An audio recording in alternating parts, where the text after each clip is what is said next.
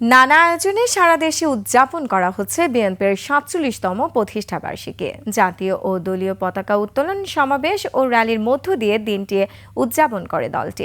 এতে অংশ নেয় দলের নেতাকর্মী সহ সর্বস্তরের মানুষ। প্রতিনিধিদের তথ্যচিত্রে desk report. Lily beauty soap, যার অ্যান্টি এজিং গুণ তারুণ্য ধরে রেখে ত্বকে করে উজ্জ্বল। তারুণ্যময় উজ্জ্বল ত্বকের জন্য রিমার্ক। বিএনপির ৪৭তম প্রতিষ্ঠাবার্ষিকী। দিনটি উদযাপনে বগুড়ায় ফ্রি চিকিৎসা সেবা ও বিনামূল্যে ওষুধ বিতরণ করেছে দলটি।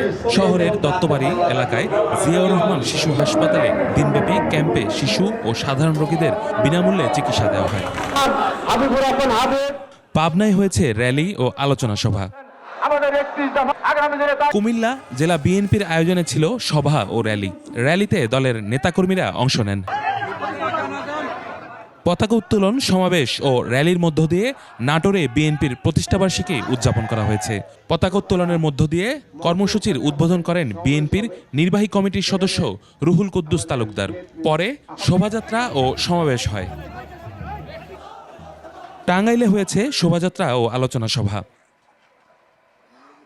বিএনপির প্রতিষ্ঠাবার্ষিকীতে বরগুনায় হয়েছে শোভাযাত্রা ও সমাবেশ। এছাড়া রাঙামাটি, নীলফামারী, মানিকগঞ্জ, কুড়িগ্রাম, জয়পুরহাট সহ বিভিন্ন জেলায় বিএনপির ৪৭তম প্রতিষ্ঠাবার্ষিকী উদযাপন করা হয়েছে। ইউসুফ হাসান নাইম, ২১ টেলিভিশন।